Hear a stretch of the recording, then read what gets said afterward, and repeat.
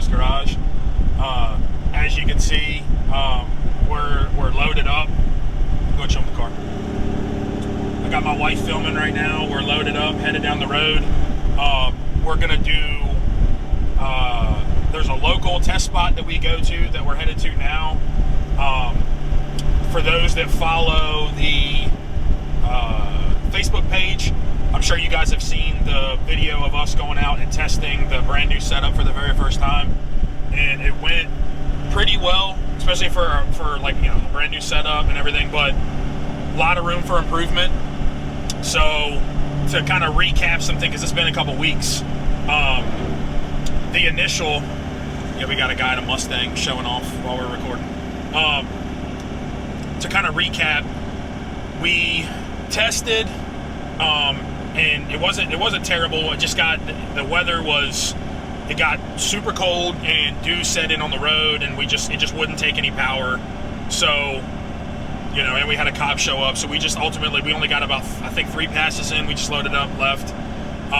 We went ahead and locked into a race that was a big event at Berkeley Springs Airport, which is our local no prep track that we go to, and we're gonna, you know, it was a Stick Shift Wars was like the main, I guess, main event on the card was like Stick Shift Wars, and there was a small tire class, and I can't remember, there might have been another class, all motor, I think, but we kind of locked in late, and that was supposed to be this weekend, which it's the 21st, so April 21st. So it was supposed to be tomorrow.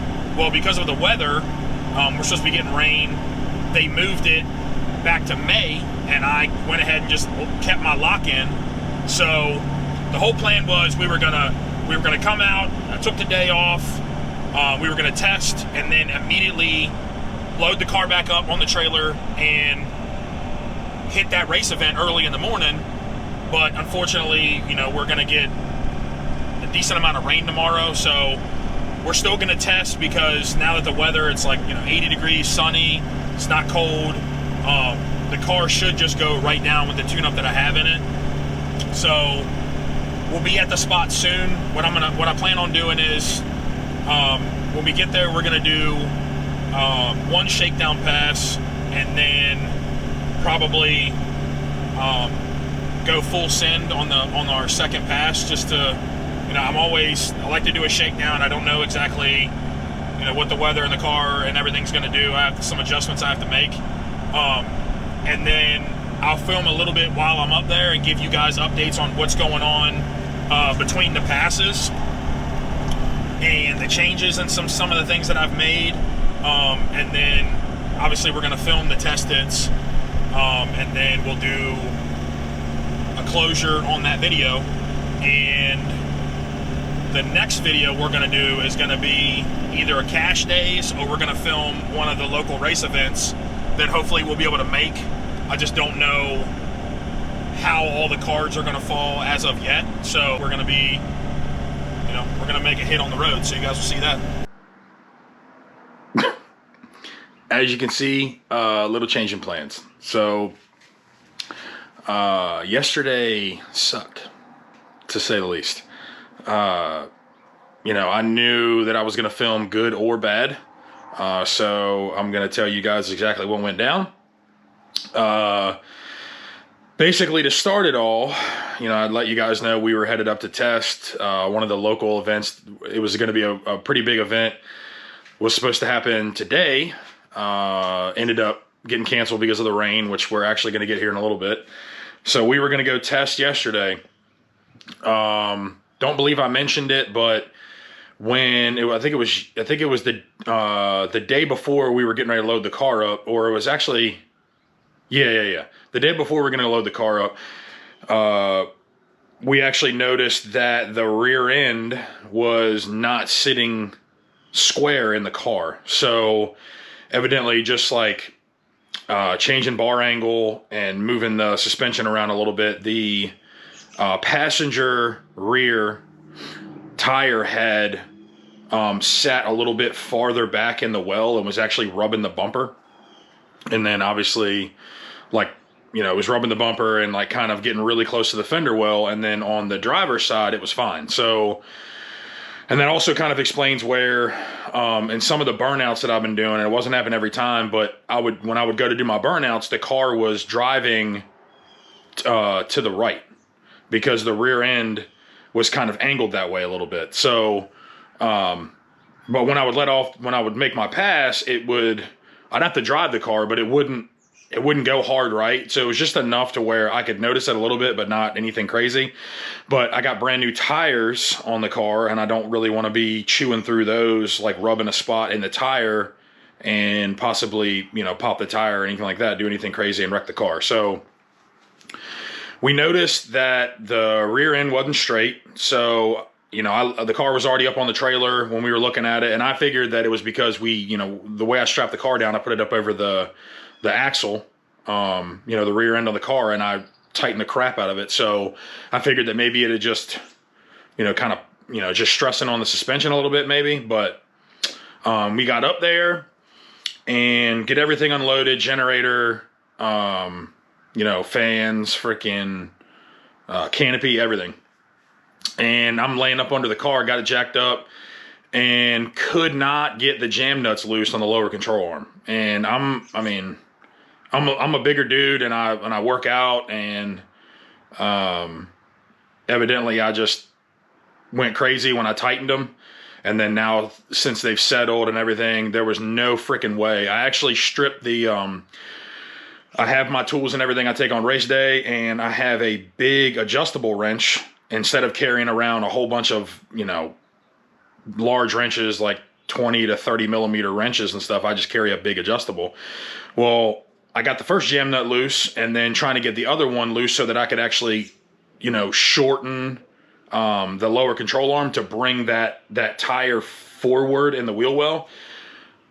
Stripped the teeth off of like the adjustable screw on the wrench where you just twist it out and it opens the jaws up.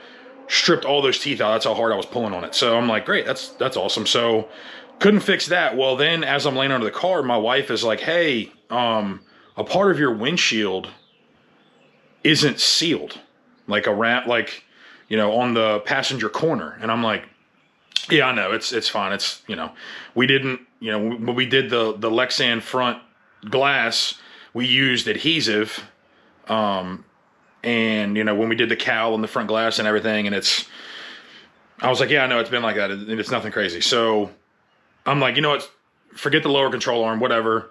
You know, I drove all this way. I'm like, I want to make at least a couple test hits. Get up and look at the windshield, and I'm like, that's not good, because the entire lower section of the windshield had separated from the car. The whole bottom of it. It was probably a 3/8 gap, and it was not sealed whatsoever at all. And I'm like, okay, well, I can't make a pass with that. That's going to rip the entire windshield off. So, and I'm going to show you guys all that. I'm going to show you what we ended up doing. So I'm like, okay, now I'm really, like, you know, I'm screwed now. So we're in the middle of nowhere.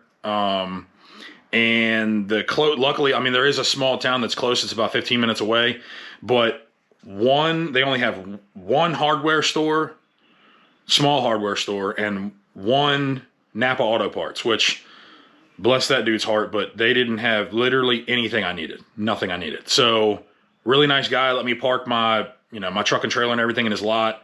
And we were going back and forth making all these trips. So we were, you know, we went into this little town, and we're trying to get some adhesive. And I asked some of my buddies what they recommended. And I know a lot of guys on these windows will use screws or pop rivets to, you know, because it's plexiglass, like it's not going to shatter. Well, they can shatter, by the way. It's not glass, so you can run screws through it and, you know, run a drill bit through it, whatever. And, you know, I go in this Napa, they don't have anything, go to the hardware store, and I'm literally buying adjustable wrench. I buy, you know, sealant, I buy screws, I buy all this stuff. Got an impact gun with me, but I don't have, like, it's a 3/8 impact gun, but I don't have a drill.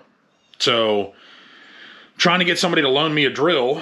finally, you know, the guys at the hardware store, like I explained everything what was going on, and they let me borrow a drill that they have, you know, loaned me a little drill. And basically we decided to use sealant, and we were going to seal the whole, you know, the whole bottom side of the windshield, and use the sealant and then do screws and screw it down to the flange under the front glass. Well, no sooner do I get that done, and my wife is like, well, look at the top of the windshield. It's the top of the, and then I'm like, are you kidding me? So the top of the windshield was coming loose too. So I'm like, this is awesome. So then I go back into the hardware store. Luckily they had enough screws to re-secure everything. And I spent about 3 hours going back and forth, and, you know, with this little hardware store, getting the stuff I needed and everything to re-secure the windshield to the car. And it actually didn't turn out too bad. I'm just, you know, everything about this car has been done really well, in my opinion. I mean, especially because I'm doing it myself. So absolutely things could be done better. It could look a lot nicer. I mean, it could be a show car. It's definitely not. But now I, like, you know, it's got a little bit more race car stuff, because I'm like, when you're in the, you know, you're trying to really make a race, and you're kind of desperate times call for desperate measures. That's what I was in yesterday. And I wasn't trying to make a race, but I really wanted to be able to test the car. So we're rushing, and you only do what you can do. So it's a little bit more race car now. Didn't turn out terrible, but it's just not, the whole situation sucks. So, get everything done. And I'm like, okay, it's not half bad. Like, it's not going to go anywhere. We can go back up there, and I'll worry about the lower control arm, like the rear end deal. I'll worry about that when I get home. And I'm not even exaggerating when I say this. Literally put the truck in reverse to, like, back out of this parking lot.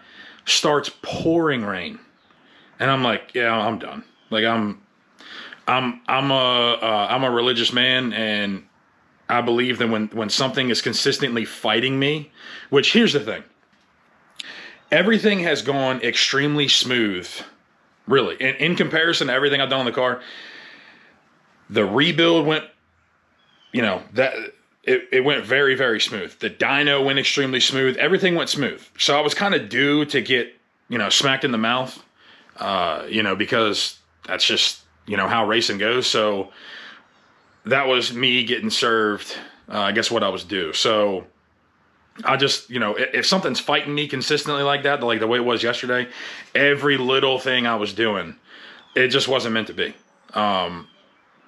You know, it's me and my wife were going to go up there. I just, you know, I believe that something bad was probably going to happen, and I wasn't supposed to be up there. So it's pouring down rain, and it, you know, no sooner do I, like, make it to the highway that it stops. But it was, like, just enough rain and, like, big drops and everything. I'm like, it's going to be an hour to 2 hours before the road's dry.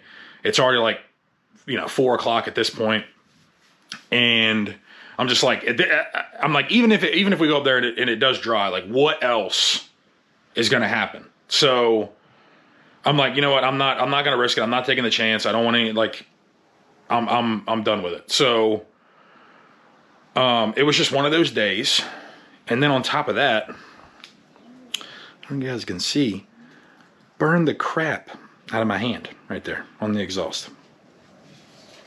So it was like one of them days, like every little thing, like no matter what I was doing, I was just like, it's just getting worse. So never, I mean, we didn't go test. We didn't make a hit on the car, or, like, you know, didn't make a pass, didn't make a hit on the car, nothing. Just came home, got the rear end situation straightened out, literally. And, you know, everything is, I guess, good now. And I'll show you guys what we ended up having to do now. I'm going to flip the camera around and show you the end result. I'm not a huge fan of it, but it is what it is. So, you know, you can see these screws that have, like, the little washer built into them, and they're like the anodized. So It actually turned out pretty.